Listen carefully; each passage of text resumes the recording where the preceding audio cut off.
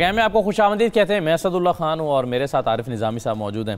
निज़ामी साहब, आज सुबह से वज़ीर आज़म साहब 1-on-1 मीटिंग्स कर रहे हैं वज़रा के साथ और उनसे जान रहे हैं उनकी कारकर्दगी के बारे में कि आपने कितना बजट कम किया, आपने क्या नए मंसूबे शुरू किए हैं और क्या आपकी कारकर्दगी है। तो ये तमाम चीज़ें वज़ीर आज़म वज़रा से पूछ रहे हैं और अभी तक वो मीटिंग्स जारी हैं। तो कैसा देख रहे हैं? फवाद चौधरी दावा कर रहे हैं कि ऐसा कभी किसी वज़ीर आज़म ने इतना अनथक काम कभी किसी ने नहीं किया कि सारे वज़रा से 1 बाय 1 पूछा जाए। ठीक है, क्लास तो ले रहे हैं ना।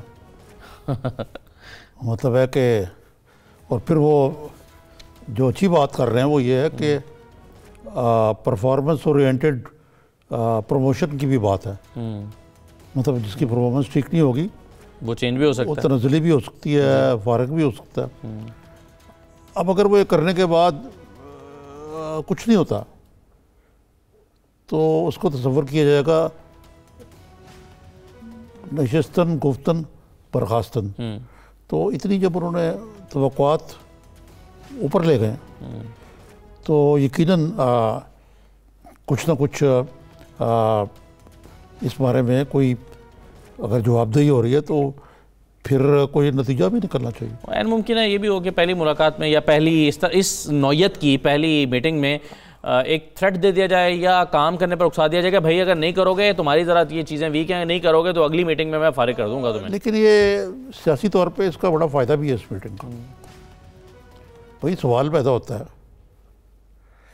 कि वज़ीर आज़म पाकिस्तान, उनकी कारकर्दगी का जायज़ा कौन लेगा? मतलब है आफ्टर ऑल वो तो अकाउंटेबल है ना, वो अकाउंटेबल है पार्लियामेंट के सामने। सही, उधर तो वो जाते ही नहीं है। अपोजिशन के साथ को तालमेल ही नहीं है और अपोजिशन तो उनकी कारकर्दगी का जायज़ा लेगी। वो तो एक ऐसा डेडलॉक है कि वो एक पेज पे ही नहीं है। यानी एक पेज से मुराद है कि एक सिस्टम नहीं बन पाया जी। तो खान साहब की ये एंथुसियाज़म तो ठीक है, तजस्सुस भी अच्छा है, लेकिन अगर इससे कुछ निकला ना तो इससे मायूसी फैलेगी लोगों में कि ये भी एक और एक इशारा जो है वो दिया वजारतों में रद्दबदल का, तब्दीली का, कलमदानों में तब्दीली का वज़ीर आज़म ने, और वो एक ज़रा एक अच्छे अंदाज में दिया। लेकिन एक और बड़े ही और अंदाज में जो है, को मैं कोई एडजेक्टिव ऐड नहीं करना चाहता इसमें, तो वो दिया शेख रशीद साहब ने इशारा कि कलमदान में तब्दीली का, और उसमें उन्होंने अपनी और फवाद चौधरी साहब की वजारत में तब्दीली का इशारा दिया। यानी कि वो उनकी जगह पर जा रहे हैं और फवाद चौधरी साहब कहाँ जाएंगे ये कोई पता नहीं है। तो ये शेख रशीद साहब की ख्वाहिश है, खबर है, ये अंदर कुछ चल रहा है? इससे पहले जो आपका पहला सवाल था ना, हाँ, उसमें एक चीज़ का क्रेडिट आपको देना चाहिए इमरान खान साहब को। हमारे यहाँ जो वज़ीर आज़म होते हैं अमूमन वो बस मतलब है कि ये जो रियल टाइम या कम अज़ कम कर रहे जो क्या कहते हैं जो वैल्यू वाला टाइम होता है वो बहुत कम देते हैं अमूर सल्तनत को। गैर मुल्की दौरों में निकल जाता है। पहले तो घर पे ही मीटिंग होती रहती हैं। इमरान खान साहब जो हैं वो सुबह 11 बजे आते हैं और शाम 8 बजे तक उनकी पीएम सेक्रेटरीट में या जहाँ भी वो बैठते हैं बैक टू बैक मीटिंग होती हैं, चाहे वो मुलाकातें हों, चाहे वो और हो, जो है जवाबदेही हो। और उसमें जो एक अचंभे वाली बात है वो ये है कि वही मैं तो बड़े पसंद थे मुझे जो प्राइम मिनिस्टर हाउस के छोटे छोटे सैंडविच, कीमे की छोटे छोटे टिक्कियाँ जी, पकौड़े चिकन के, वो घट के रह गए हैं वो बिस्किट पर। अच्छा नहीं बिस्किट भी बंद हो गए। बिस्किट भी बंद हो गए। चाय मिल जाए। होता यह है कि जो उनके मुतल्लिका वर्किंग स्टाफ भी और जो लोग काम करते हैं और जो आते हैं वहाँ, उनको जिनको वहाँ काम है उनको फिर लंच साथ लाना पड़ता है। तो ये भी एक अच्छी शुरुआत है, क्योंकि ये जो वो क्राइटेरिया है इसमें उन्होंने 3 रखे ना। क्या क्या है? एक तो ये है कि आप बताएं कि आपने बचत कितनी की है, नए मंसूबे कौन से शुरू किए हैं, और तीसरा क्या है? तीसरा भी कुछ ऐसा ही है, मैं आपको बता देता हूँ। आपकी मनसूबाबंदी क्या है? हाँ, क्या प्लानिंग है? तो ये कफ़ायत चोरी वाला तो उन्होंने खुद मसाइल काम कर दिए ना। लेकिन एक बात पे मुझे समझ नहीं आती कि खान साहब ने क्राइटेरिया तो मुकर किया था, लेकिन फॉरेन मिनिस्टर का तो आप कह नहीं सकते यार कि वो काबुल जा रहे हैं या जर्मनी जा रहे हैं या अमेरिका जा रहे हैं, उनका तो काम है। लेकिन बाकी वजीर किस खुशी में, जबकि उन्होंने कहा था कि दौरे बिल्कुल बंद हैं। नहीं, जाती तो हैसियत में तो मेरा ख्याल कर सकते जाती तो कोई नहीं है ना, मसलन फवाद चौधरी का जाती दौरा नहीं था। जाती दौरा तो किस तरह था, वो ऑक्सफोर्ड और दूसरी जगह जा रहे हैं। एक दो और भी वजीर हैं, उनके नाम मैं नहीं ले रहा, लेकिन आपने भी फवाद साहब का नाम ले लिया। तो ये डिसिप्लिन, सेल्फ डिसिप्लिन उन पे तो है, बाकियों पे भी लागू करना चाहिए। नहीं, वो पिकनिक थी तो फिर तो वो उनका जाती दौरा ही होगा ना जी। अगर वो सरकारी दौरा था फिर वो पिकनिक वो पिकनिक पे आ गया। शेख रशीद के क्या आपका सवाल था? मैं कहता है शेख रशीद साहब ने जो इशारा दिया है उसमें कुछ जान है या ख्वाहिश है शेख रशीद साहब की खाली? भाई ये देखे ना, क्या इमरान खान चाहेंगे कि वजारत इत्तलात शेख रशीद को दे दी जाए? ये आपने सवाल पूछा, इसका मुझे हाँ तफसीली जवाब देना पड़ेगा। हाँ दे दीजिए।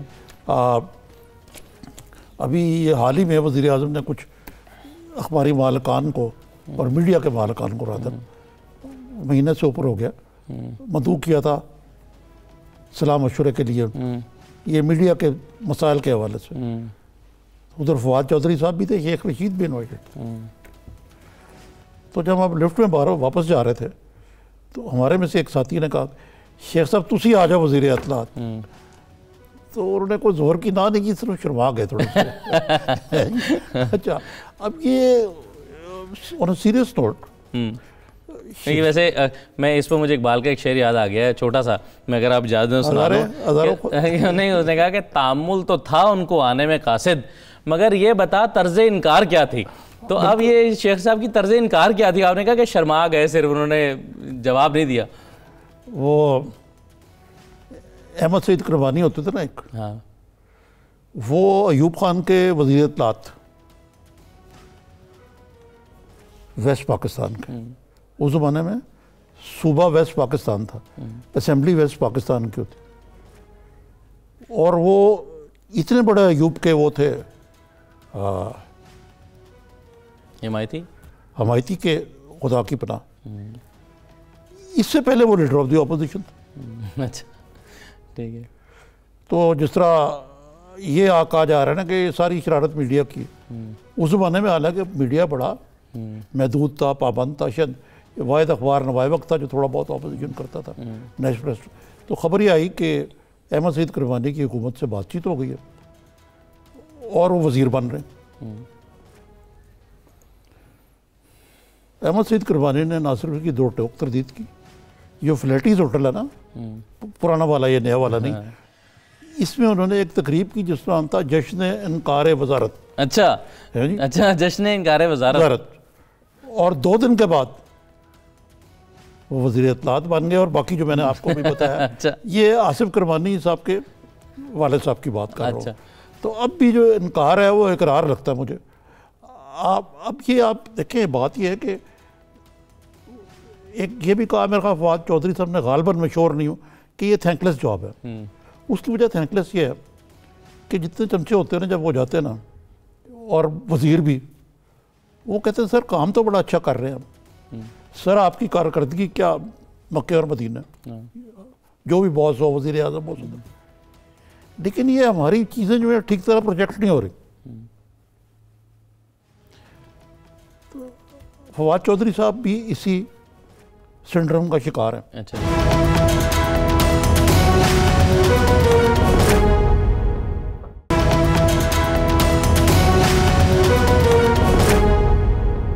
अच्छा, शेख रशीद साहब साथ हैं, उनसे ज़रा हम बातचीत कर लें। शेख रशीद साहब बहुत शुक्रिया, बड़ी लंबी उम्र है। जी जी शेख साहब, जी सर ये क्या आपने चाय की प्याली में तूफान खड़ा कर दिया? कोई तूफान नहीं है जी, वैसे ही आपके पास खबर कोई नहीं है मामूली। अच्छा, हेलो जी सर। हाँ जी, आप जरा ऊंचा बोले शेख साहब। मैंने कहा कोई तूफान नहीं है, जब आपके पास खबर ना हो तो मामूली मामूली बातों को आप खबर बना देते। शेख साहब, लेकिन मेरा ख्याल था कि आप हमारे में से ही हैं, मतलब जितना आप मीडिया में आते रहे ना, और माशाल्लाह नवाज शरीफ के दौर में भी वज़ीर इत्तलात रहे, फिर शायद मुशर्रफ के दौर में भी रहे। आपको ये पता है कि मीडिया बड़ा जालिम होता है और ये ना को ऑफ द रिकॉर्ड होता है ना ऑन द रिकॉर्ड होता है। ये आपसे गलती कैसे हो गई कि गलत बात है, बस जो हो गया छोड़ें अभी। माइक के सामने तो मुंह खोलना नहीं चाहिए। बाकी माइक तो नहीं था, आपस में बातें थी और वो बस वैसी हो। अच्छा शेख साहब, ये आपने जब कहा कि मैं उनसे कहूँगा कि love you thank you very much, तो इसका दो तरह से लोगों ने तर्जुमा किया कि मतलब ये कि थैंक यू वेरी मच मैं इंटरेस्टेड नहीं हूँ, दूसरे कि थैंक यू वेरी मच आपने मुझे ऑफर की जबरदस्त हो गया। नहीं, मैं इंटरेस्टेड नहीं हूँ जी, सवाल ही पैदा नहीं होता, मेरा कोई शौक नहीं। मैं 4 दफा वजीर इत्तलात रह चुका हूँ, बहुत है मेरे। अच्छा, लेकिन आपकी बात से ये जरूर पता चलता है कि इमरान खान के यहाँ जेर गौर जरूर है कि वो फवाद चौधरी की वजारत तब्दील करें, जैसे कि उन्होंने आपको भी ऑफर किया। उसमें तो वो प्राइम मिनिस्टर है, उसके पास बहुत सारी चीजें होंगी, लेकिन मेरा फवाद चौधरी दोस्त है और मैं। अच्छा एक साहब ये बताइए कि आज जो टेस्ट है उसमें अब कितने नंबर मिले आपको? पहले number 1 always, Sheikh Rasheed always number 1 अल्हम्दुलिल्लाह। यानी ये जो तीनों सवाल हैं, मनसूबाबंदी, मनसूबों पर अमल करना और वफात शुआरी, ये तीनों पे आप नंबर 1। हमारा टारगेट जो है जी, साल को पे टारगेट तो हमने अचीव कर लिया हो, हमने 2.5 महीने में ही कर लिया जी, 2 महीने। अच्छा माशाल्लाह। शेख साहब अगर आपको, चूंकि आप बहुत अच्छा काम कर रहे हैं, अगर आपको चॉइस दें इमरान खान के, आप शेख साहब अगर चाहें तो वजारत तब्दील कर लें, आप चाहेंगे कोई और वजारत लेना या आप कंटिन्यू करना चाहेंगे रेलवे को? देखें जी, प्राइम मिनिस्टर का काम है जहाँ खिलाए, लेकिन मैं इंफॉर्मेशन नहीं जा रहा। अगर जाना होता तो मैं इस पर बात ना करता। वो तो शेख साहब ठीक कह रहे हैं, खूब से खूब दर की तो तलाश रहती है, लेकिन इंफॉर्मेशन मिनिस्ट्री तो आप जो कुछ हुआ उसमें मुझे शायद मुश्किल लगता है कि ये खुद भी जाना पसंद करें। मेरे पे तो निकाले निजामी साहब, आप जाने और वो जाने, मेरा वो दोस्त है, ठीक है आप जाने, थैंक यू वेरी मच। हाँ नहीं है, ठीक है, मैं बिल्कुल कंसीड करता हूँ इस बात को। तो शेख साहब आपकी कारकर्दगी तो अच्छी रही, लेकिन आप कह रहे हैं कि नंबर 1 से मुराद है कि बाकी वजीरों में आप नंबर 1 थे काबीना के अरकान में। ख्याल मेरा यही है, आगे पता नहीं। अच्छा, एक सिर्फ सवाल मैं आखिरी सवाल आपसे पूछना चाह रहा हूँ शेख साहब, वो ये कि आपके ख्याल में, चूंकि आप पॉलिटिकल एनालिस्ट भी हैं और वेल कनेक्टेड भी हैं और आपको सारी नज़र भी है, आपके ख्याल में फवाद चौधरी से क्या शिकायत हो सकती है इमरान खान को? मुझे क्या पता जी, खुश हैं आप। आज देखें ना, उन्होंने बयान दिया कि वही रहेंगे, नहीं मुल्क का बयान फ्रंट पेज पे छपा है सारे। जो नाखुश हों तो इस तरह के बयान तो नहीं जारी होते ना। ठीक है शेख साहब, बहुत बहुत शुक्रिया आपका। थैंक यू वेरी मच, बहुत शुक्रिया। अच्छा, तो उन्होंने वो, मैंने आपसे जो अगला क्वेश्चन करना था कि थैंक यू वेरी मच का मतलब क्या है? नंबर 1 तो हो गए ना वो। हाँ, नंबर 1 हो गए वो ये रेलवे तो में। शेख साहब को बड़ी सद मुबारक हो। हाँ। अच्छा, यह मैं 2 दफ़ा कह रहा था, उन्होंने कहा मैं 4 दफ़ा रहा हूँ। और मुझे मैं ये बता रहा था कि मुझे वजारत इसकी थैंकलेस जॉब की बात तो मैंने बताई ना कि हर कोई शिकायत करता है। इसमें अट्रैक्शन क्या है? अट्रैक्शन ये कि थैंकलेस जॉब तो है, लेकिन ये काबीना की सबसे हाई प्रोफाइल जॉब है, वज़ारत इत्तलात। उसकी वजह है कि आप रोज़ PID में बैठे हुए हैं, रोज़ आप टीवी पर आ रहे हैं, आप रोज़ ना सिर्फ टीवी पे आ रहे हैं, बल्कि अगर कोई वज़ीर ख़ारजा Asadullah Khan for example press conference कर रहे हैं तो फिर भी आप साथ बैठे। एक बहुत बड़ा एक्सपोजर है। देखें ना, बड़े बड़े यहाँ वज़ीर इत्तलात रहे हैं, राजा ज़फ़र लग जो ओपनिंग बैठ गैर मुल्की दौरों में प्राइम मिनिस्टर के साथ एक स्पोक्समैन का तासर। फिर ये आपको पता है इनकी, ये जो फवाद चौधरी है, इनको एक और एक्सेस हासिल है कि ये रोज़ तकरीबन रोज़ ये मियाँ ये प्राइम मिनिस्टर से ये मिलते हैं, इससे बेहतर और क्या सूरत हाल हो सकती है। फिर जो फवाद चौधरी साहब से गिले हैं, वो जैसे मैंने कहा ना कि prime minister is the first among equals, वो अगर वो बाज़ औक़ात उनकी ज़ुबान आपको तेज़ लगती है तो खान साहब कहते होंगे कि ज़रा थोड़ी चाबी दो।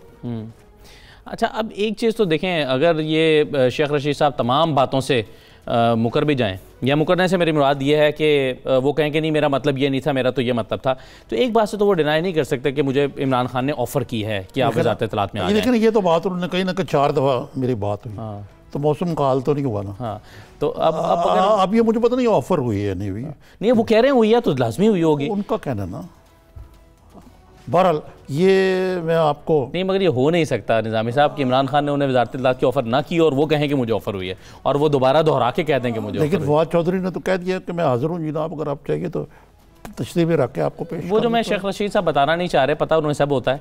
आपके ख्याल में वैसे फवाद चौधरी से क्या शिकायत हो सकती है प्राइम मिनिस्टर को, अगर वो चाह रहे हैं कि शेख रशीद आए, या ये भी तो हो सकता है कि फवाद चौधरी से कोई शिकायत ना हो और वो चाह रहे हो बस शेख साहब इधर आ जाएं, ज़रा ये ज़्यादा बेहतर करें। आपको शेख साहब के प्लस पॉइंट बता देता हूँ और माइनस भी। सबसे बड़ा प्लस पॉइंट उनका ये है कि जैसे उन्होंने कहा 4 दफ़ा वो वजारत इत्तलात के उनके कलमदार रहे उनके पास, वो इंफॉर्मेशन मिनिस्ट्री की रग से वाकिफ, जुजियात से वाकिफ है, वो गवर्नमेंट में रहे हैं, वो गवर्नमेंट की भी फंक्शन से वाकिफ है। उनको पता है कि PID क्या होती है, यानी प्रेस इंस्टीट्यूट डिपार्टमेंट क्या होती है, इलेक्ट्रॉनिक मीडिया का भी उनको एक अदराक है, क्योंकि इलेक्ट्रॉनिक मीडिया उनके दौर में ही ओपन हुआ था। तो वो जब अपना सौदा बेचेंगे तो वो कहेंगे यार मैं तो ये जो उनके हक में होंगे। फवाद एक रिलेटिवली पहली दफ़ा हुकूमत में आए, पहली दफ़ा वज़ीर बने, उनका तजर्बा निस्बतन कम है, लेकिन वो फ्रेश फेश है, वो PTI के कल्चर को समझते हैं। शेख साहब ज़रा रिलेटिवली नए चेहरे हैं और उनको वैसे भी इत्तेहादी हैं, वो तो इत्तेहादी है PTI के, तो ये की मिनिस्ट्री है, इसको इस तरह तो नहीं आप बांट सकते। फिर एक और आपको सवाल करना चाहिए था मुझसे कि उन्होंने एक ट्वीट किया फवाद चौधरी साहब ने कि एडवर्टाइजिंग माफिया जो है मुझे मैं उसी तरफ आ रहा था आपसे कि वो मैं चाह रहा था कि जरा इसको मैं समेट लूँ, फिर मैं ये जो नया कट्टा खोला हुआ है फवाद चौधरी ने, मतलब ये क्या है, ये पूरी एक साइंस है। लेकिन उसकी तरफ आने से पहले निज़ामी साहब मैं सिर्फ जानना ये चाह रहा था कि आपके ख्याल में फवाद चौधरी की कारकर्दगी इमरान खान के ख्याल में उसमें सुकून मौजूद है, कमज़ोर है कारकर्दगी? मैंने आपको कहा कि कोई बेहतरीन इंफॉर्मेशन मिनिस्टर भी हो ना, उसकी कारकर्दगी में सुकून जी पाया जाएगा। पाकिस्तान देखे ना, अब पिछले 3 माह में जो हुकूमत की कारकर्दगी है उस पर बहुत ज़्यादा सवालिया निशान है। ठीक है, ख़ास तौर पे मिनिस्ट्री ऑफ फाइनेंस, उस पर एक ऐसे गैर मौजूद शख्स को जी लगा दिया गया स्पोक्समैन। उसने कोई कारकर्दगी का मुद्दा, मिनिस्ट्री ऑफ फाइनेंस का स्पोक्समैन है ना, जी जी ठीक है ना,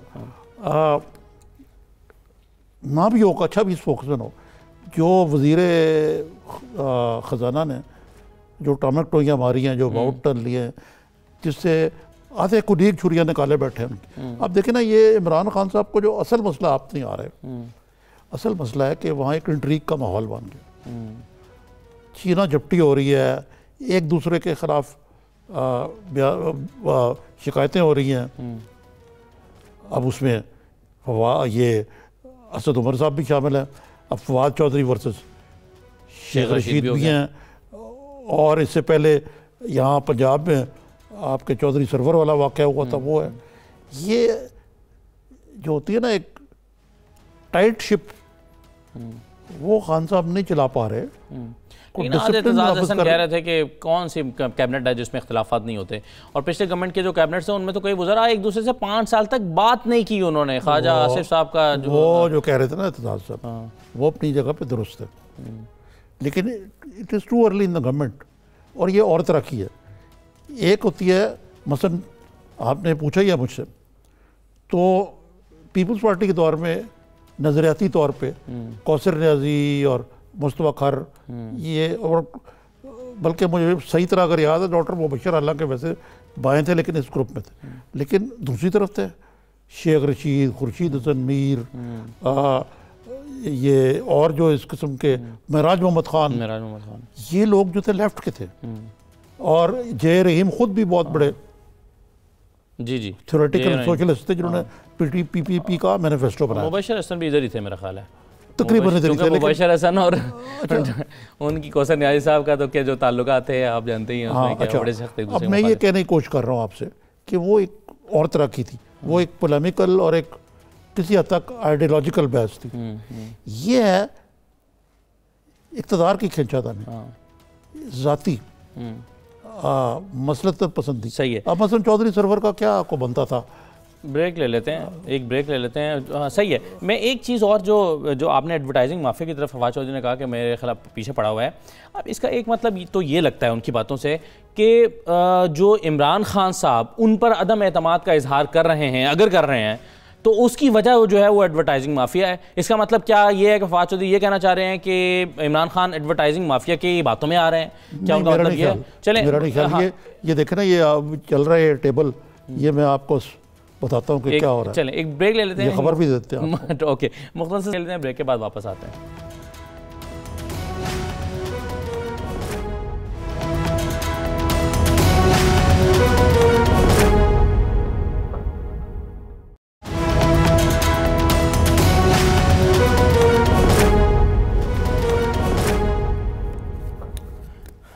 दोबारा आपको खुशामदी कहते हैं प्रोग्राम में। अच्छा निज़ामी साहब, अब ब्रेक पर जो बात हो रही थी उस पर आगे बढ़ाते हैं। फवाद चौधरी साहब ने कहा कि एडवर्टाइजिंग माफिया जो है वो मेरे खिलाफ है, मतलब इस कहने का मतलब है कि वो लॉबी कर रहा है मेरे खिलाफ शायद, और किसी हद तक क्या उसने इमरान खान साहब पर, प्राइम मिनिस्टर ऑफ पाकिस्तान पर इम्पैक्ट डाल दिया है जिसकी वजह से? नहीं, ये नहीं कहा उन्होंने। उनका बेसिकली बात यह है कि जो ये इसकी एक मोहरक है ऑल पाकिस्तान न्यूज़पेपर सोसाइटी का एक प्रेस रिलीज है APNS का, जिसमें उन्होंने अपने इजलास के बाद कहा है कि जी जो इन्फॉर्मेशन है फवाद हुसैन साहब उसके इस बयान पे हमने स्ट्रॉन्ग एक्सेप्शन ली है। यानी क्या मतलब स्ट्रॉन्ग एक्सेप्शन के? सख्त बरमी का आज़ार किया। वो बयान ये है कि मीडिया हाउसेस के आधे जो से ज़्यादा ड्यूज़ जो हैं पे हो चुके हुए हैं, लेकिन इसके बावजूद वर्करों को तनख्वाहें नहीं दी गई। अब बात यह है कि ये APNS में जो ज़्यादा शोर मचाने वाले हैं वो ये बड़े बड़े ग्रुप हैं, मगरमच्छ जो हैं जिनको मैं कहता हूँ। अब मसला ये नहीं है कि एक तो मसला है कि तनख्वाहें नहीं दी जिन्होंने, आपको पता ही है कि क्या हालात है। वो सुप्रीम कोर्ट ने भी उसका नोटिस लिया हुआ। एक मसला ये है। दूसरा मसला जो एडवर्टाइजिंग माफिया की तरफ इशारा किया ना, वो एक बहुत बड़ी एडवर्टाइजिंग एजेंसी है जो हर हुकूमत के इश्तिहार लगाती रहती है। ठीक है। उसके मालिक जो हैं वो इस वक्त जेल में जी, और कई महीने से जेल में, नैब की कस्टडी में, और इस हुकूमत के आने से पहले से जेल में। इस हुकूमत का उससे नहीं तल्लुक। जी जी। अब ये उन कुछ पैसे इन बड़े बड़े अखबारों ने उनसे तो एंट्री में बाकी अखबारों के मारे गए। अब उसकी डबल एंट्री हुई है। वो मिनिस्ट्री इंफॉर्मेशन कहती है ये तो हम नहीं देंगे, क्यों दें हम? ये दबाव डाल रहे हैं उन पे कि जी आप ये पैसे दें। ठीक है, हाँ सही है, मतलब वो राइट सही कह रहे हैं फिर फवाद चौधरी कि फवाद चौधरी साहब बिल्कुल ठीक कह रहे हैं। गवर्नमेंट ने उसको पे कर दिया हुआ अगर तो किसी शख्स ने आपको आगे से पेमेंट नहीं की। हाँ देखे ना, असल पैसे तो हमारे जैसे अखबारों के मारे गए ना, जो बाकी अखबार हैं, एक्सप्रेस के भी मारे गए और बड़े अखबारों के मारे गए पैसे। और उसकी जिम्मेदार गवर्नमेंट नहीं है? बिल्कुल नहीं है उसकी जिम्मेदार वो शख्स है जो जेल में है। जो जेल में अब जेल में जो आदमी है, क्रिमिनल आदमी है, उसको APNS प्रोटेक्ट कर रही है। क्यों? और PBA भी क्यों? PBA और APNS एक ही है। इसलिए कि इन्होंने खुद उनसे खांचे लिए हुए हैं, खुद इनकी पेमेंट हुई हुई है, बाकी अखबार रह गए। अब आप तो अब ये फवाद चौधरी का क्या? फवाद चौधरी अब दिलचस्प बात यह है कि इस पे मिनिस्ट्री ऑफ इंफॉर्मेशन ने भी बयान जारी कर दिया है।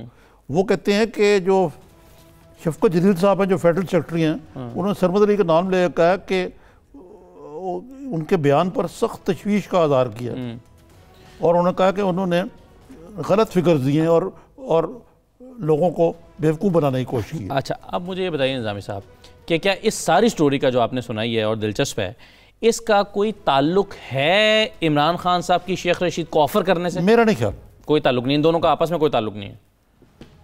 लेकिन ना दूसरे है कि इमरान खान साहब जो एक सादा आदमी हैं, वो इस तरह के माफिया का हिस्सा नहीं बन सकते। Why should he? सादगी की वजह से बन भी सकते हैं। नहीं, मेरा मतलब है कि सादा से मुराद है कि वो अनकॉम्प्लिकेटेड आदमी है, ईमानदार आदमी है। उनको क्या ज़रूरत है कि वो इस गंद के अंदर पड़े। और पहले भी उन्होंने एक प्रिंसिपल स्टांस लिया हुआ है, वो एड्स के हवाले से आप और मैं उससे इख्तिलाफ कर सकते हैं, कोई और भी कर सकता है, लेकिन उन्होंने एक स्टांस लिया। मेरे बड़ी रिजर्वेशंस हैं फवाद चौधरी साहब के बारे में कि इनकी मीडिया पॉलिसी जो है बड़ी क्या कहना चाहिए कि शॉर्ट साइडेड है। ये समझते हैं कि प्रिंट मीडिया, इलेक्ट्रॉनिक मीडिया जो है इसकी कोई ज़रूरत ही नहीं है। इस किस्म की बातें भी करते रहे कि हम वेबसाइट पर लगा देंगे। इश्तहारात के माली बुरान की बिलावास्ता मौजूदा हुकूमत जिम्मेदार है। मेरा ख्याल है वैसे उन्होंने ये तो अलग बात है, लेकिन वो जो उन्होंने वेबसाइट्स वाला कहा है ना, वो थोड़ा सा मेरी इंटरप्रेशन डिफरेंट है। वो मुझे ये लगता है कि उन्होंने ये कहा है कि ये ऑटोमेटिकली वेब की तरफ जा रहा है। अब PMR एक पैमरा बन रही है, उसका ढांचा आ गया है, मैंने देखा है उसका unofficially, Pakistan media regulatory authority. ठीक है, अब कहते हैं जी हम प्रिंट मीडिया को रेगुलेट करेंगे थ्रू PMRA। अब उसके तहत जनाब वो विंग बना दिया है जिसमें प्रिंट मीडिया का होगा अलग एक शोबा, प्रेस काउंसिल भी उसके नीचे आ जाएगी, ऑडिट ब्यूरो ऑफ सर्कुलेशन भी उसके नीचे आ जाएगी। भाई सवाल ये है कि ये क्या आप करने की कोशिश कर रहे हैं? एक ब्यूरोक्रेसी का कम से कम अल्फाज में इसको कहा जा सकता है, अगर बदनीयती नहीं तो कज फहमी या कम फहमी ज़रूर है कि हमारी सारी स्ट्रगल जो है APNS, CPNE, PFUJ सबकी ये रही है कि प्रिंट मीडिया को कोई स्पेशल लॉज नहीं होना चाहिए। जी जी, और वो कभी भी कबूल नहीं किया, और हमने बड़ी जद्दोजहद किया, मैं आम लॉज के तहत करें। हाँ, जो इलेक्ट्रॉनिक मीडिया उसकी रेगुलेटरी अथॉरिटीज हर जगह होती हैं, क्योंकि इलेक्ट्रॉनिक मीडिया की जो नेचर ही इस किस्म की है। तो ये जो PMRA वाला है, उम्मीद है कि इस पर फवाद चौधरी साहब जो हैं हमसे बात करेंगे।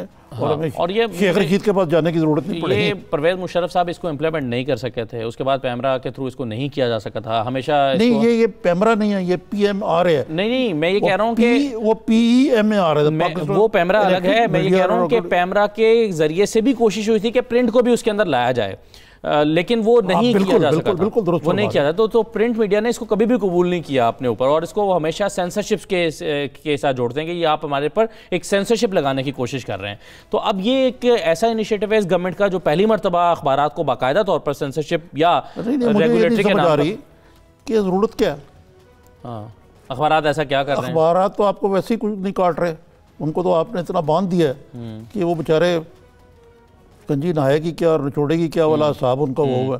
बाकी रहा, और अब आपके बकौल तो इलेक्ट्रॉनिक मीडिया भी बेअसर होने जा रहा है, ज़्यादातर जो असर है वो तो सोशल मीडिया डालेगा। इलेक्ट्रॉनिक मीडिया भी इनके मुताबिक बेअसर है। अगर नहीं भी है तो आप पैमरा को सही मानों में जो करने की ज़रूरत है कि ये मुशर्रफ साहब ने जब बनाया था तो ये कैबिनेट डिवीजन के नीचे था, मतलब ऑटोनमस। अब ये इंफॉर्मेशन मिनिस्ट्री के नीचे है। क्या काम है एक रेगुलेटरी बॉडी का कि वो इंफॉर्मेशन मिनिस्ट्री के नीचे हो, लेकिन ये जो इन्होंने ढांचा दिया है इसमें जो चेयरमैन है सबसे ऊपर जो बैठा हुआ है, ये इंफॉर्मेशन मिनिस्ट्री के ताबे होगा, तो इसका सारा मकसद ही फौत हो जाएगा। नहीं, तो इंफॉर्मेशन मिनिस्ट्री के तो आज तक तो पैमरा के बारे में भी हम यही कहते रहे हैं कि पैमरा को एक इंडिपेंडेंट इदारा होना चाहिए, इसीलिए वो कैबिनेट डिवीजन के नीचे इसीलिए था ये तो, पीपल्स पार्टी के दौर में। तो ये वाली रेगुलेटरी अथॉरिटी जो है ये इंफॉर्मेशन मिनिस्ट्री के मातहत होगी, ये कैबिनेट डिवीजन के अंदर नहीं आएगी। ये देखे ना, ऐसे ही लग रहा है मुझे इससे। अब ये तो devil is in the detail, अब मुझे नहीं मालूम इस बात का। राइट, चलें आगे बढ़ते हैं निज़ामी साहब। और मैं कुछ वज़ीर आज़म के दौरे कराची की बात करना चाहूँगा, जहाँ पर उन्होंने मुलाकातें की हैं मुख्तलिफ ताजरों के रहनुमाओं से, सनतकारों के वफूद के साथ, और उन्होंने उनकी तजावीज़ सुनी हैं, तजावीज़ कबूल की हैं। इस पर हम कोशिश करेंगे कि अभी बात भी हो जाए वहाँ से। लेकिन आप मजबूती तौर पर इस एक्टिविटी को कैसे देख रहे हैं, क्योंकि इस वक्त जो असल बहरान मुल्क में नज़र आता है, बाकी चीज़ें जो चले हैं वो है मुआशी बहरान, जो एक गैर यकीनी की कैफियत है, अनसर्टेनिटी है। ऐसा लगता है कि बाकी चीज़ें कंट्रोल हो जाएंगी, लेकिन अभी तक ये शायद गवर्नमेंट के कंट्रोल में नहीं आ पा रही, और बड़ी बेचैनी है स्टॉक एक्सचेंज में, सनतकारों में, ताजरों में। तो उसको एड्रेस करने की प्राइम मिनिस्टर ने दानिस्ता कोशिश की है। जी देखें ना, कराची जो है बिजनेस, इंडस्ट्री और कॉमर्स का हब है, गढ़ है, और उन्होंने जाके वहाँ सारे दिन मीटिंग्स की हैं मुख्तलिफ स्टेक होल्डर्स के साथ, ख़ास तौर पे स्टॉक एक्सचेंज, उनकी बातें सुनी हैं, और बड़ी तल्ख बातें भी हुई हैं वहाँ पे। जो जहाँ मेरी इत्ला है, अकील करीम रेड्डी ने, जो कि स्टॉक एक्सचेंज के अंदाता हैं, बड़ी सख्त सिक्योरिटी एंड एक्सचेंज कमीशन के जो नए चेयरमैन हैं उन पर कड़ी तनकीद की। मिर्ज़ा नाम है उनका, और ये पहले भी थे, मुशर्रफ के दौर में भी थे, और उन पर तरह तरह के इल्ज़ामात भी लगाए। खालिद मिर्ज़ा गाल नाम है उनका पूरा। तो ये चीज़ें जो हैं ये खाली असद उमर साहब नहीं, बल्कि प्राइम मिनिस्टर को इस पर कलीदी रोल, और जो कॉमर्स मिनिस्टर हैं रज़ाक दाऊद, खाली बातों से नहीं बल्कि अपनी पॉलिसीज से इनको ये साबित करना पड़ेगा कि ये मुल्क में इकॉनमी को स्टेबलाइज करना चाहते हैं। मसला ये है कि जो ज़्यादा बातें करते हैं ना, उससे भी स्टॉक एक्सचेंज और ये अनसर्टेनिटी बढ़ती है, और वो बढ़ती ही चली जा रही है। अब कहने को तो ये कह दिए blame it on the media, लेकिन अगर आप रोज़ इंटरव्यू दें और रोज़ मुख्तलिफ बातें करें। पहले इसाक डार साहब थे, वो आए तो उन्होंने कहा जी मुल्क तबाह हो गया था, और ये हो गया था, वो हो गया था, उन्होंने बोया, फिर ठीक हो गया तो ठीक हो गया। अब इन्होंने भी ये, जब अब खुद कह रहे हैं यार के लुट के मारे गए, तो मार्केट में स्टेबिलिटी किस तरह आएगी। और इनकी जो पॉलिसीज़ हैं, जो मसलन जो पिछले हफ्ते हुआ है रिगार्डिंग करेंसी को गिराने के बारे में, और कहा गया कि ना प्राइम मिनिस्टर को पता था ना फाइनेंस मिनिस्टर को पता था, और ये स्टेट बैंक इंडिपेंडेंट है, इसको हम कुछ ठीक करेंगे। वही सवाल है कि आप प्राइम मिनिस्टर हैं पाकिस्तान के, और पाकिस्तान में अगर उनको टीवी से खबर लगती है तो मुझे और आप तो फिर बिल्कुल ही अल्लाह हाफ़िज़ है। अब एक इसी ज़मीन में मेरा सवाल है, और वो ये कि आज चूँकि मीटिंग्स हो रही हैं वज़रा से और उनसे उनकी कारकर्दगी के बारे में पूछा जा रहा है, तो मुख्तलिफ स्पेकुलेशंस गर्दिश कर रही हैं कि कुछ वज़रा की वजारत आगे पीछे हो सकती है। हमने फवाद चौधरी का बड़ा तफसील से पहले जिक्र किया, असद उमर के बारे में बात हो रही है, स्पेकुलेशंस हैं कि उनको भी नज़रसानी की जा सकती है उनके कलमदान पर। लेकिन आप वो सवाल करें, मैं जवाब देता हूँ, नंबर देता हूँ। सवाल करो। असद उमर साहब तो 3 सवाल करें ना, क्या अच्छा क्राइटेरिया क्या है? मैं सवाल करता हूँ। असद उमर साहब, पहला सवाल आपसे ये है कि आपने कितने पैसे बचाए? मतलब ये सवाल हम असद उमर से मिसाल के तौर पे करते हैं। उन्होंने अरबों रुपए का पाकिस्तानी मईशत को नुकसान पहुँचाया सिर्फ 2 डिवैल्यूएशन से, स्टॉक एक्सचेंज से। पाकिस्तान के ऊपर जो कर्जे बढ़ गए डिवैल्यूएशन का, उससे तो इस पे तो -C को नंबर भी दे सकते हैं। सही है, लेकिन निज़ामी साहब चलें वो अगले सवाल पर आने से पहले इसमें फिर वो डिबेट हम पिछले हफ्ते भी करते रहे हैं इकोनॉमिस्ट के साथ। वो कहते हैं कि 7-8 बिलियन डॉलर जो हैं वो खर्च किए हैं डॉलर को बचाने में। अब अगर वो भी तो पैसे ही खर्च हो रहे हैं ना, अगर ये डॉलर को बढ़ने से रोकें, वो ठीक है कि 2-2 रुपये करके करेंगे। 2 चीज़ों को गड़बड़ कर रहे हैं। ये पिछली हुकूमत के दौर में हुआ था ना, ये कह रहे हैं ना आप, पिछली हुकूमत ने डॉलर को इसहाक डार साहब ने बचा के रखने में 7-8 बिलियन डॉलर। वो कहाँ है आज इसहाक डार? हाँ, वो इलाज करा रहे हैं। पाकिस्तान नहीं ना वापस आ सकते। आएंगे तो पकड़े जाएंगे जी। PMLN कहाँ है? हार गई इलेक्शन। लोगों ने उनको, अगर फेयर इलेक्शन हुए फ्री, तो रिजेक्ट कर दिया ना। क्यों किया रिजेक्ट? उनकी बुरी पॉलिसियों की बिना। तो उसकी मिसाल देके आप कह के हम ठीक कर रहे हैं? नहीं, वो तो दूसरी मिसाल थी ना। उन्होंने तो डॉलर को गिरने से बचाया था, जिसको हम बुरा कह रहे हैं। तो अगर ये भी वैसे ही करें, देखे ना, डॉलर को गिरने से बचाएं। लेकिन उसका अगर आपने पूछा ही है, अब बहुत ज़्यादा इकोनॉमिक ओरिएंटेड हो जाएगा प्रोग्राम, लेकिन मैं आपको बता देता हूँ कि वो बड़े एक्सपेंसिव डॉलर्स थे। वो हमने बड़ी एक्सपेंसिव डेब्ट ली, बड़े हाई इंटरेस्ट रेट पे वो बोरो किए हमने, और उससे डॉलर को नीचे किया, जो गलत पॉलिसी। अब दूसरा सवाल करें। अच्छा, सही है। एक वैसे मैं ऐड कर दूं, सोर्सेज से जो खबर चल रही है वो ये है कि प्राइम मिनिस्टर ने कहा है कि ये जो इंतशार फैलाने के लिए खबरें चल रही हैं कि लोगों को हटाया जाएगा, स्पेकुलेशंस हो रही हैं, जो अभी बात कर रहे थे, किसी को नहीं हटाया जा रहा। तो ये अभी अंदर से मीटिंग से जो है ना वो खबर बाहर निकली है। दूसरा ये है कि मनसूबाबंदी क्या है फाइनेंस मिनिस्ट्री के पास? कोई मनसूबाबंदी नहीं है। अगर कोई है, कोई विजन होना चाहिए ना मनसूबाबंदी से। यकीनन मनसूबाबंदी होगी, ये तो मेरा कहना गलत है कि कोई मनसूबाबंदी नहीं, लेकिन ये अच्छी मनसूबाबंदी यार के मसलन मुझे और आपको ये नहीं पता अभी तक कि IMF में जाना है, लेकिन उसका पैकेज कितना होगा, नंबर 1। नंबर 2, हमें नवीद सुनाई गई कि सऊदी अरेबिया से 3 अरब स्टेट बैंक में आ जाएगा, 3 अरब का हमें डिफर्ड पेमेंट पे तेल मिलेगा। चीन बताना ना किसी को, आपस की बात है, इतने पैसे मिलेंगे कि आप और मैं हैरान रह जाएंगे। सऊदी अरेबिया से 1 अरब आया स्टेट बैंक में, वो भी डिप्लीट हो गया। मतलब जाहिर है उनको वापस करना तो हमें आना पड़ेगा। दूसरा क्या था? 1 अरब आया। 1 अरब आया। चीन के कौंसल जनरल ने साफ कह दिया कि हम इन्वेस्टमेंट करेंगे, कैश में नहीं आपको देंगे, कुछ और नहीं देंगे। इसको इन्हों ना ही समझिए ना फिर। देख रहे हैं डिप्लोमेटिक पार्लेंस में, राइट। अच्छा, अभी हमें नहीं, एक मिनट, हमें इसमें कैश की जरूरत है ना सुकत। अच्छा, अब UAE पे आ जाए। मैं चाह रहा था कि इस पर हम बाद में मुकम्मल कर लेते हैं। हमें अकील करीम ढेडी साहब ने ज्वाइन कर लिया, और मसला एक ये भी है कि हमें ब्रेक पर भी जाना है। तो मैं ढेडी साहब आपको खुशामदीद कहता हूँ प्रोग्राम में। 2-3 सवाल आपसे, मुख्तसर सा ब्रेक लेके, लंबा ब्रेक नहीं, एक मुख्तसर सा ब्रेक के बाद वापस आ रहे हैं, आपसे बातचीत करते हैं। हमारे साथ रहिए नाज़रीन।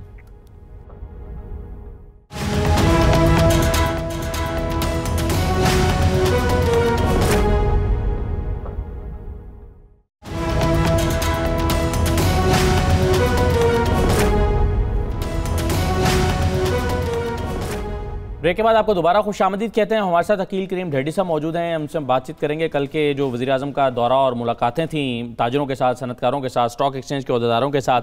ढेडी साहब खुशामदीद आपको। सबसे पहले तो मैं आपसे ये जानना चाहूँगा कि स्टॉक एक्सचेंज के अहदेदारों की तजावीज़ मंजूर कर ली प्राइम मिनिस्टर ने, ये खबरें हमने चलती देखी। वो क्या तजावीज़ थी, क्या आपके तहफ़्फ़ुज़ात थे, प्राइम मिनिस्टर की क्या उस पर ख्यालात थे और क्या बातचीत हुई आपकी? हमारी जो बातचीत जो थी वो तो डेफिनेट स्टॉक एक्सचेंज के हवाले से भी थी, इंडस्ट्री के हवाले से भी थी। तो उसमें बहुत सारी ऐसी डिमांड थी जो हम समझते हैं कि वो जायज़ थी और गवर्नमेंट ने उनको यही कहा है कि नेक्स्ट बजट में हम इसको देख लेंगे और उसको पॉजिटिव लिया है। उन्होंने कहा कि ये कोई आपकी डिमांड गलत नहीं है, लेकिन जाहिर बात है कि आने वाले बजट में इसको इंशाअल्लाह ताला हम देखेंगे और जो इसमें बेहतरी ला सकते हैं वो हम करेंगे। लेकिन मेरा ये ख्याल है कि बात ये नहीं है, बात ये है कि इस वक्त जो सबसे बड़े इशू हैं वो है रेगुलेशन के। जो स्टॉक एक्सचेंज जो ओवर रेगुलेशन फेस कर रहा है ये एक मसला बना हुआ है और वो ओवर रेगुलेशन की वजह से कारोबार मुतासिर हो रहा है और हम ये देख रहे हैं कि उसके ऊपर फोकस कोई कर नहीं रहा। हमारे ब्रोकर एसोसिएशन के लोगों ने ये डिमांड की है कि ये ओवर रेगुलेशन जो हम पे थोपे गए हैं उसको खत्म किया जाए और जो ब्रोकर के ऊपर टैक्स डाला गया है उसका वैसे तो कोई इम्पैक्ट नहीं है। गवर्नमेंट अगर वो कम कर देती है, खत्म भी कर देती है, तो फाइनल में तो आपको end of the day tax देना पड़ता है। उसमें होता ये है कि एडवांस टैक्स देने की वजह से लोगों के स्टॉक ब्रोकर की लिक्विडिटी इशू बन जाता है। तो ये डिमांड कोई ऐसी डिमांड नहीं थी जिसको अगर आप मान भी लेते हैं तो end of the day government को लॉस नहीं होता। गवर्नमेंट का सिर्फ यही होता है कि जो एडवांस में मिल रहा है वो फिर बाद में मिल जाएगा और ब्रोकर को परेशानी ये होती है कि जो एडवांस दे देते हैं उसको रिफंड लेते लेते उनको काफी टाइम इंतजार करना पड़ता है और उसकी वजह से वॉल्यूम इफेक्ट हो जाते हैं। अब हमारी मार्केट में हमारे इशू क्या है? हमारी मार्केट में इशू ये है कि अभी पूरे पाकिस्तान में 2 लाख या 2.5 लाख क्लाइंट है और उसी के ऊपर ये स्टॉक एक्सचेंज बेस करती है इक्विटी मार्केट। पूरी दुनिया में अगर हम जाते हैं तो बांग्लादेश में 40 लाख क्लाइंट है, तो हम बांग्लादेश के मुकाबले में भी हम 10% भी नहीं है, 5% है। तो ये सारी बदकिस्मती हमारे रेगुलेटर्स की वजह से हम फेस कर रहे हैं और वहां अभी तक हम ये देखते हैं कि जो रिफॉर्म्स स्टॉक एक्सचेंज और बाकी इदारों में आए वो रेगुलेटर साइड पे नहीं आए। वो छोटे लोगों को सजा दे देते हैं, बड़े बड़े मैनिपुलेशन के केस खत्म कर देते हैं। अब सिक्योरिटी एक्सचेंज कमीशन ने इतना पाकिस्तान की हिस्ट्री का सबसे बड़ा मैनिपुलेशन का एक केस फाइल किया कराची हाई कोर्ट में और सॉरी अपना एक लोअर कोर्ट में क्रिमिनल केस फाइल किया है। उस केस पे स्टे हुए 5वां साल हो गया, एक हेयरिंग नहीं दिए क्योंकि उस रेगुलेटर से जो ब्रोकर है उसके ताल्लुकात हैं और वो उनके खिलाफ जाना नहीं चाहते और वो स्टेज कंटिन्यू जा रहा है। अकील करीम साहब बहुत शुक्रिया आपका, आपने हमें प्रोग्राम के लिए वक्त दिया और अपने ख्यालात का इज़हार किया। अच्छा, अब असद उमर के हवाले से खैर पॉजिटिव उनके रिमार्क्स हैं, किसी ने तो उनकी तारीफ तो उन्होंने कहा कि जी उनको मिला ही बहुत मुश्किल हालात में, तो वो तो अपने तौर पर कोशिश कर रहे हैं। मैं मतलब आपको सही बताऊँ, मुझे असद उमर से हमदर्दी है कि उन्होंने अपनी पोजीशन बिल्कुल इम्पॉसिबल सी हो गई हुई है और बड़े मुश्किल हालात में मिले, लेकिन वो बाज़ सेल्फ इन्फ्लिक्टेड जो वुंड्स है ना उससे उनको बचना चाहिए था। सही है। अच्छा, अब ज़रा आखिर में निज़ामी साहब, ये पार्लिमानी जो कमेटियां हैं, स्टैंडिंग कमेटियां हैं, उस पर बड़ा एक डेडलॉक सा बन गया है क्योंकि अपोजिशन ये कहती है कि जब तक पब्लिक अकाउंट्स कमेटी नहीं बनेगी और उसका चेयरमैन शहबाज शरीफ साहब को नहीं लगाया जाएगा, हम किसी बाकी कमेटी में नहीं जाएंगे और कमेटियों का हम बाइकआउट जारी रखेंगे, तो बाइकआउट कर देंगे। तो अब ये तो एक केस को डेडलॉक ही कहा जा सकता है क्योंकि हुकूमत ये कह चुकी है, इमरान खान ने कह दिया कि पब्लिक अकाउंट्स कमेटी का चेयरमैन शहबाज शरीफ को नहीं लगाएंगे और अपोजिशन मानने को तैयार नहीं है। असद कैसर साहब बेचारे हैं इसमें, उस दिन चीफ जस्टिस साहब ने भी कहा था ये बाइकआउट वाली सियासत नहीं होनी चाहिए, लेकिन ये दोनों तरफ से कुछ खाली अपोजिशन को इस बारे में मतून करना जो है मबनी पर इंसाफ नहीं होगा। लेकिन अपोजिशन को भी फ्लेक्सिबल रवैया अपनाना चाहिए कि अगर अपोजिशन का कोई फ़ाल रुकन जो है उसको, और PMLN का आदमी जो अयाज सादिक जैसे का नाम आया, अयाज सादिक है, 1-2 और भी नाम चलते रहे। बहुत शुक्रिया, थैंक यू वेरी मच निज़ामी साहब। ये नाज़रीन प्रोग्राम था आज का, इजाज़त दीजिए, अल्लाह हाफ़िज़।